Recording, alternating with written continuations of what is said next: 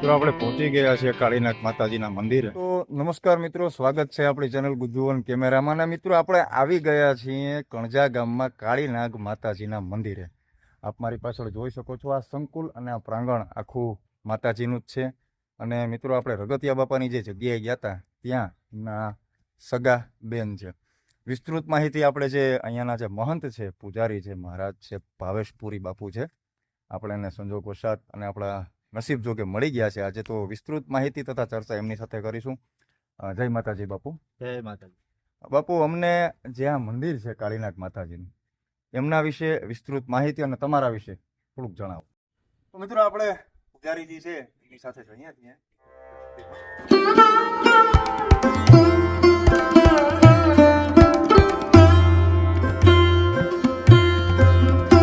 ઓમ નમો નારાયણ. જય શ્રી કાળીનાગ માતાજી. અમે આજે અહીંયા પેઢીઓ થયા કણજા મઠની જગ્યા છે અને કણજા ગામનું નામ કાળીનાગ માતાજી ઉપરથી પડ્યું છે. એટલે અમે વારસાગત અહીં મહંત તરીકે માતાજીની સેવા કરીએ છીએ. મારું નામ આખું ભાવેશપુરી સુખદેવપુરી. પેલા મારા પપ્પા સેવા કરતા માતાજીની, પેલા મારા દાદા. એવી રીતે આમ તો 14 પેઢીથી અમે આશરે સેવા કરી છે માતાજી. 14 પેઢી એટલે સાહેબ બહુ મોટો સમયગાળો થયો ને. 14 પેઢી એટલે વિચાર કરો કે આ મંદિર ની આયુષ્ય અને મંદિર એથી પણ જૂનું, એટલું વિસ્તૃત આનો ઇતિહાસ હોઈ શકે છે. ભાવેશપુરી બાપુ આગળ જણાવે છે મંદિર વિશે. બાપુ, આ જે મૂર્તિ છે એના વિશે અને જે આ મંદિરનું વાતાવરણ છે એના વિશે થોડું જણાવો. આમ તો અમારા વંશજો એવું કહેતા આવતા પહેલા કે કોઈ રાજાશાહી વખતમાં બહુ જૂની અને પ્રાચીન વાત છે. કોઈ રાજાનું લશ્કર અહીંથી નીકળવાનું હશે એટલા માટે બધા પાણી પી શકે, ખોબો પડે, એટલા માટે આ કૂવો ગળાવેલો હોય. તો કૂવો ગાળવા માટે માંથી 14 પગથિયા ઉતરતા માતાજી આવે છે. તે પછી અંદર ગાળતા ગયા અને કૂવામાં પાણી આવ્યું તો સાઈડમાંથી આ માતાજીની મૂર્તિ નીકળશે. એના ભેગી આ 7 પ્રાચીન મૂર્તિ પણ નીકળેલી છે. સરસ વાત છે બાપુ. અંદાજિત આ મૂર્તિઓનો સમયગાળો કેટલો? અંદાજિત આશરે 500 વર્ષ તો હશે. અહીંયાથી મિત્રો જે 14 પગથિયા નીચે ઉતરીને આવીએ છીએ તો આપણને માતાજી બિરાજમાન દેખાય છે. અને ત્યારબાદ અહીંયાથી જે વાવ છે એ ગાળેલી છે. મિત્રો, વાવની નજીકનું આપણે દ્રશ્ય જોવાનું છે. સૌપ્રથમ આપણે અહીંનો ઇતિહાસ જાણી લઈએ. આપ જોઈ શકો છો કે વાવના 3 જે માળ છે, 3 માળ છે એ રીતની વાવ કંડારેલી છે. કેવી રીતે કંડારેલી છે, કોણે કંડારેલી છે, વિસ્તૃત માહિતી આપણે ભાવેશપુરી બાપુ આપશે. અમારા ગામમાં પ્રાચીન અને જૂનો રિવાજ છે કે માતાજી કૂવામાં આવ્યા ત્યારે પગથિયે શ્રીફળ વધારતા આવ્યા હતા.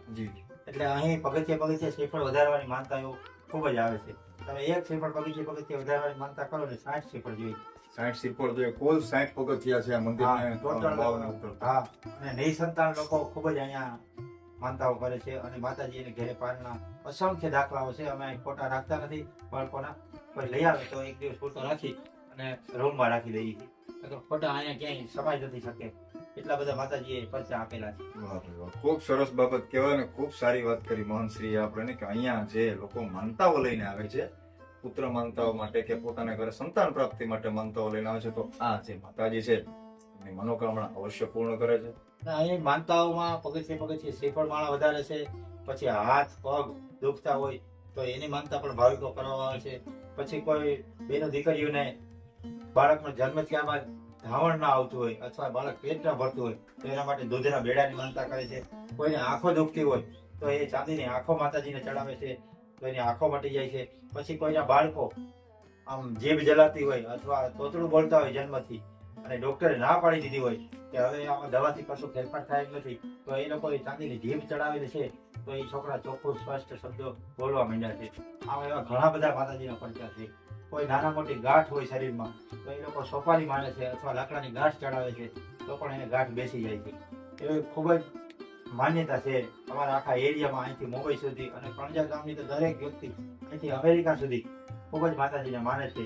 અને હમણાં જ ટૂંક સમયમાં 9 તારીખે એટલે કે ચૈત્રી નવરાત્રી બેસવાની છે તો 9 થી 17 હું દર વર્ષે માતાજીનું અનુષ્ઠાન કરું છું. હા ભાઈ, વાહ. અને યજ્ઞની પૂર્ણાહુતિ 16 તારીખે 8મા નોરતે પીળી હોમાશે. ત્યાર પછી આખું ગામ ધોવાળા બંધ પ્રસાદ લેશે એવું અમે આયોજન કરીએ છીએ.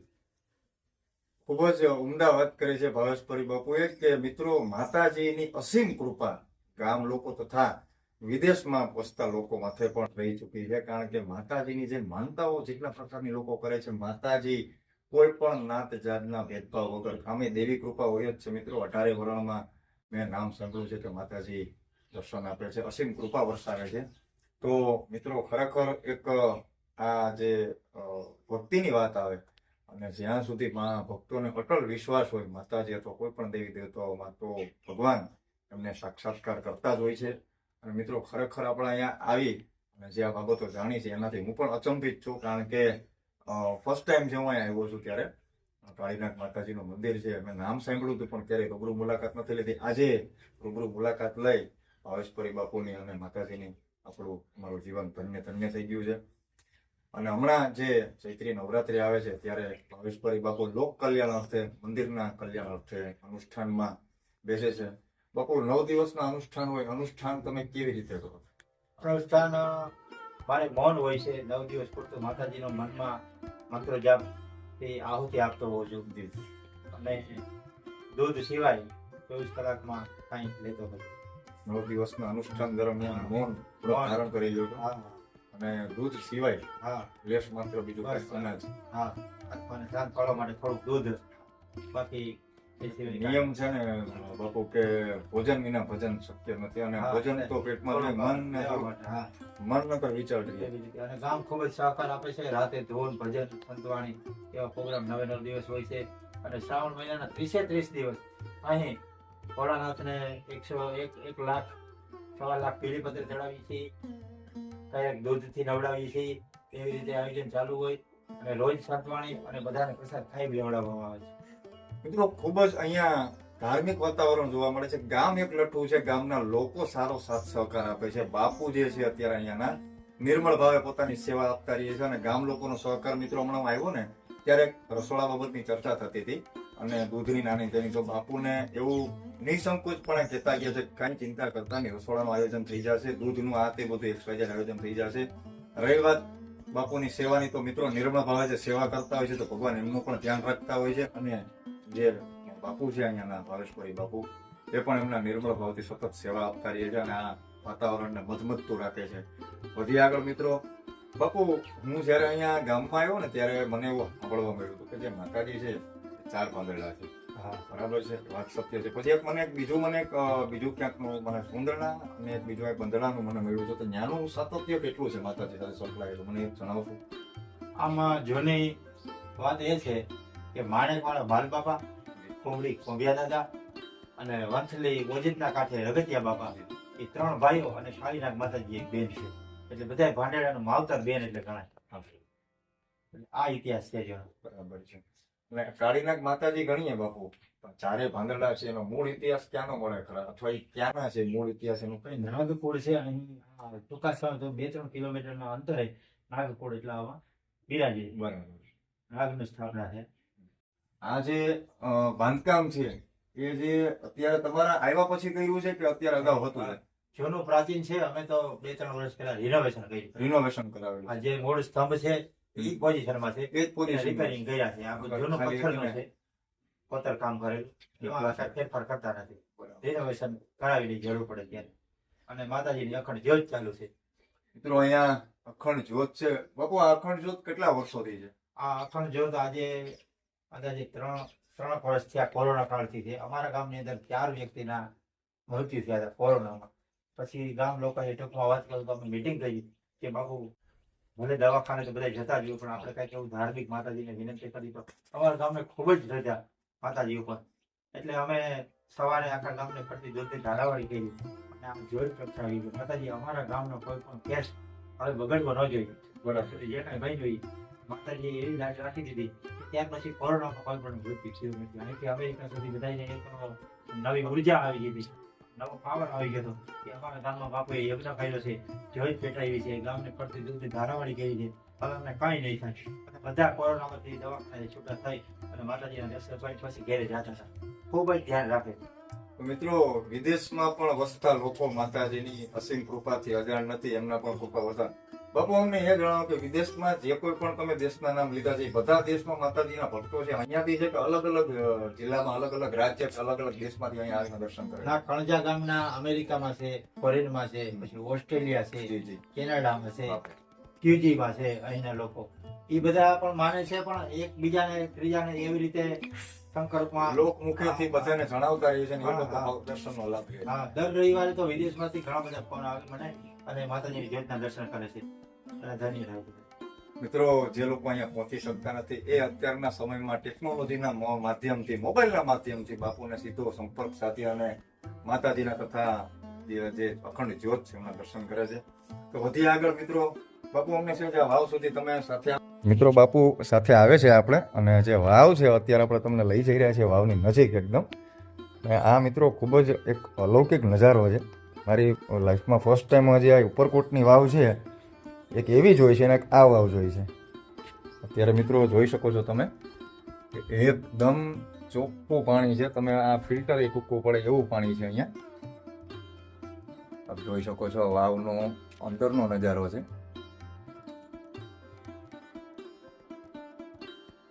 મિત્રો આ પાણીની અંદરના જે પથ્થરો દેખાય છે ને તમને પાઇપલાઇન પથ્થરો એકદમ ચોખ્ખા દેખાય છે. આટલું ચોખ્ખું અને નીર પાણી છે.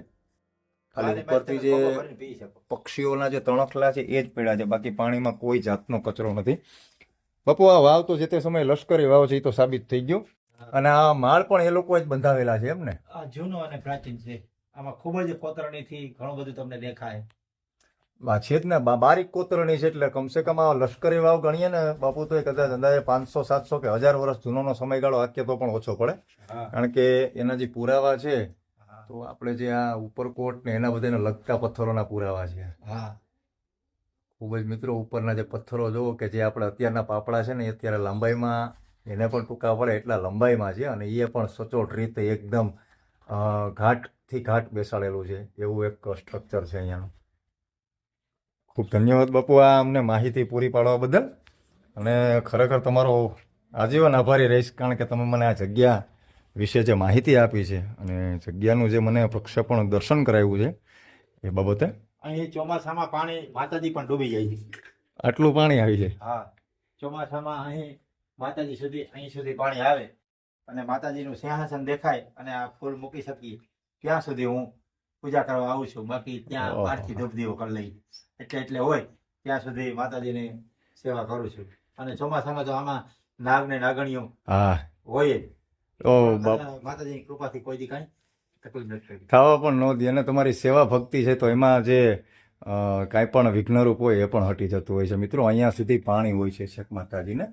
આ જે આંગરા દેખાય છે ને ઉપરના અને અહીંયા જે સિંહાસન હોય છે ત્યાં સુધી પાણી હોય. ત્યાં સુધી તો નથી કે સાવ નબળું વરસ હોય, વરસાદ ઓછો થયો હોય છતાંય માતાજી ચરણ હોય એક વખત પાણી પૂગી જાય છે. ભાઈ વાહ, માતાજીના ચરણે પાણી પહોંચે છે એટલે ટૂંકમાં પાણી જે આ વાવ જોઈ રહ્યા છો ને મિત્રો આપણે નીચેથી ઉપર આવ્યા છીએ. પપ્પુ આ પગથિયા કેટલા છે અંદાજે? ટોટલ 51 પગથિયા છે બધા. 51 14 એ પછી ના વધારે સેટ કુવા સુધી છે. માં કચરામાં દટાઈ ગયા. બરાબર, સેટ કુવા સુધીના છે. મિત્રો 51 પગથિયા છે એટલે કમસે કમ ન ગણો તો પગથિયા ઉતરતાની સાથે આપણે 1 ફૂટનું એક પગથિયું ગણીએ ને બીજું 1 ફૂટનું ગણીએ તો પણ આ વાવ 50 થી 60 ફૂટનો લંબાઈ છે એ પકડે છે. એટલી છે 50 થી 60 ફૂટની લંબાઈનું પાણી તમે માપી લો ખાલી. તો આમથી તમે ગણો 3 માળસે 30 ફૂટની વાવ છે તો 20-25 ફૂટ તો પાણીમાં હોય છે. છતાં પણ બાપુ પોતાની ભક્તિ એ ચાલુ રાખે છે. કાંઈ વાંધો નહીં બાપુ, હવે આપણે જઈએ શિવ મંદિર તરફ અને ત્યાંનો જે ઇતિહાસ છે એ જાણીએ. અને આપણે જે ઓલી બાજુથી જોયું મંદિરના ઓલા ભાગમાંથી કે જે આ પગથિયા છે લશ્કરી વાવના 3 માળ સુધીના ઊંડા છે. સામેની સાઈડમાંથી જોઈ શકો છો મિત્રો આ મંદિર દેખાય છે આપણને અને અહીંયા લશ્કરી વાવના ચિહ્નો છે. મિત્રો અહીંયા આવેલું છે મહાકાળેશ્વર મહાદેવનું મંદિર. મંકાળેશ્વર મિત્રો મંકાળેશ્વર મહાદેવનું મંદિર આવેલું છે અહીંયા. એના વિશે બાપુ પાસેથી વિસ્તૃત ચર્ચા કરશું.